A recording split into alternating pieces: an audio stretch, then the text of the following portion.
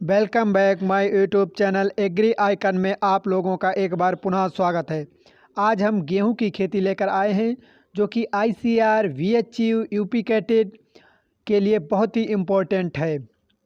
तो स्टार्ट करते हैं। फिर सबसे पहले देखते हैं इसका बोटिकल नेम। तो गेहूं का वानस्पतिक नाम ट्रिटिकम एस्टिवम है। क्या है? Triticum aestivum. और इसमें गुणसूत्रों की संख्या 42 होती है और ये हेक्साप्लॉइड होता है। क्या होता है? हेक्साप्लॉइड होता है। गेहूं का उत्पत्ति स्थान दक्षिणी पश्चिमी एशिया होता है। इसका उत्पत्ति स्थान दक्षिणी पश्चिमी एशिया। बौने गेहूं के पिता डॉक्टर नॉर्मन ई बोरलॉन्ग माने जाते हैं। वहीं हम इसकी जलवायु की बात करें तो इसके लिए शीतोष्ण जलवायु की आवश्यकता होती है।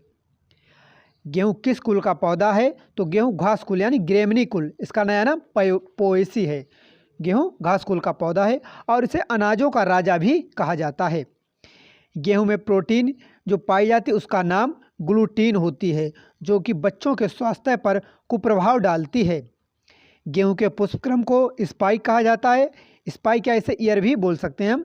गेहूं के बीज को कैरियोकाप्सिस बोला जाता है। गेहूं के बीज को कैरियोकाप्सिस भी बोला जाता है। ये इंपॉर्टेंट क्वेश्चन है फॉर ऑल एग्जाम। अब हम गेहूं का टेस्ट वेट देख लेते हैं। तो गेहूं का टेस्ट वेट 40 ग्राम होता है। वहीं गेहूं के मामा फ्लेरिस माइनस एक गेहूं का नकलची खरपतवार बोला जाता है। इसका टेस्ट वजन होता है वो 2 ग्राम होता है। ये बहुत ही इंपॉर्टेंट है, ये बार बार परीक्षाओं में पूछा गया है। अगला है गेहूं के बौनेपन का कारण क्या है? ये नॉरिंटेन है, ये भी इम्पोर्टेंट है। अगला है नॉरिंटेन आइसोलेट किया गया है, मतलब नॉरिंटेन को कहाँ से लाया गया? तो वो जापानी किस्म से लिया गया था और वो डॉक्टर नॉर्मन ई बोरलॉन्ग के द्वारा सन 1960 में लाया गया था। अगला है गेहूं की वो किस्में जो भारत में हरित क्रांति के लिए उत्तरदायी हैं। तो वो हो जाएंगी लार्मो रोजा, सोनौरा 63, सोनौरा 64 और मायो 64। अगला है गेहूं का सर्वाधिक क्षेत्रफल है। तो गेहूं का सर्वाधिक क्षेत्रफल उत्तर प्रदेश का है। गेहूं का सर्वाधिक उत्पादन उत्तर प्रदेश में होता है, लेकिन हम अगर उत्पादकता की बात करते हैं तो वो पंजाब राज्य आगे हो जाएगा। वहीं ट्रिटिकम एस्टिवम को कहा जाता है तो इसको कॉमन ब्रेड व्हीट कहा जाता है। ट्रिटिकम एस्टिवम को कॉमन ब्रेड व्हीट कहा जाता है। अगला है ट्रिटिकम एस्टिवम है तो ये हेक्साप्लॉइड है। क्या है? हेक्साप्लॉइड। अगला है ट्रिटिकम ड्यूरम को किस नाम से जानते हैं? तो इसको माइक्रोनी गेहूं के नाम से जानते हैं। अगला है ट्रिटिकम ड्यूरम क्या है? ये टेट्राप्लॉइड गेहूं है। अगर क्वेश्चन आता है कि निम्न में से कौन सा टेट्राप्लॉइड व्हीट है तो आप लिख कर सकते हैं ट्रिटिकम ड्यूरम। इसमें गुणसूत्र संख्या 2n बराबर 28 होता है। अगला है इस गेहूं का प्रयोग किया जाता है सूजी बनाने में और सेमियां बनाने में।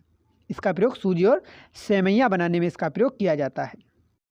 वहीं हम बात करते हैं इंडियन ड्वार्फ व्हीट यानी भारतीय बौना गेहूं तो किसे कहा जाता है? तो ट्रिटिकम स्पोरोकोकम को भारतीय बौना गेहूं कहा जाता है। ये भी हेक्साप्लॉइड होता है और उसमें भी गुणसूत्र संख्या 2n बराबर 42 होती है। इसकी उत्पादकता बहुत कम एवं रोगों के प्रति सहनशील होता है। ये गेहूँ इसकी उत्पादकता कम होती है लेकिन ये रोगों के प्रति अत्यधिक सहनशील होता है। गेहूं की सिंचाई अवस्थाएं सर्वमान्य प्रतिपादित की RVL भारद्वाज ने, यानी गेहूं की जो सिंचाई की अवस्थाएं होती हैं उसकी खोज RVL भारद्वाज ने की।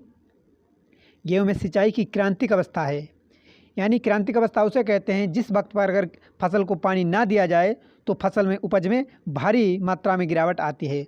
तो ये अवस्था है गेहूं में CRI। CRI क्या है? Crown root initiation. अगला है CRI अवस्था आती है बुआई के 21 दिन बाद, यानी बुआई के ठीक 21 दिन बाद आपके गेहूं में CRI अवस्था आ जाएगी। इस अवस्था में आप गेहूं में पानी लगा सकते हैं। गेहूं में पहली सिंचाई शिखर जड़ बनते समय, दूसरी कल्ले फूटने पर, तीसरी गांठ बनने पर, चौथी फूल आने के समय और पांचवी दुग्ध अवस्था पर और छठी सिंचाई दाना पकते समय या दाना बढ़ते समय हम कर सकते हैं।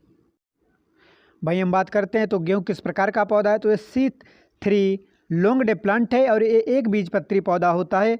वनस्पति वृद्धि के समय ठंडा तथा नमी युक्त मौसम होना चाहिए। दाने बनने के समय गर्म एवं सूखा मौसम। वहीं हम इसकी वैरायटियों की बात करते हैं तो उसमें 3 प्रकार की वैरायटी पाई जाती है। तो पहली है सिंगल जीन ड्वार्फ, यानी इसकी वैरायटी है लार्मो रोजा 64, सुजाता सोनालिका।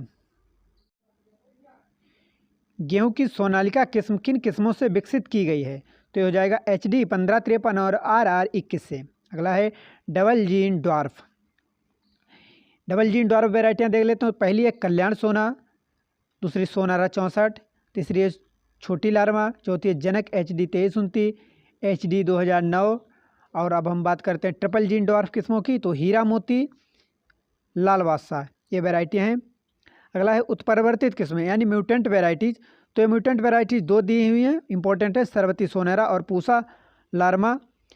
सरवती सोनेरा विकसित की गई है सोनेरा 64 से, और पूसा लार्मा विकसित की गई है लार्मोरोजा 64A से। वहीं गेहूं की लंबी किस्म है, तो गेहूं की लंबी किस्म C306 हो जाएगी।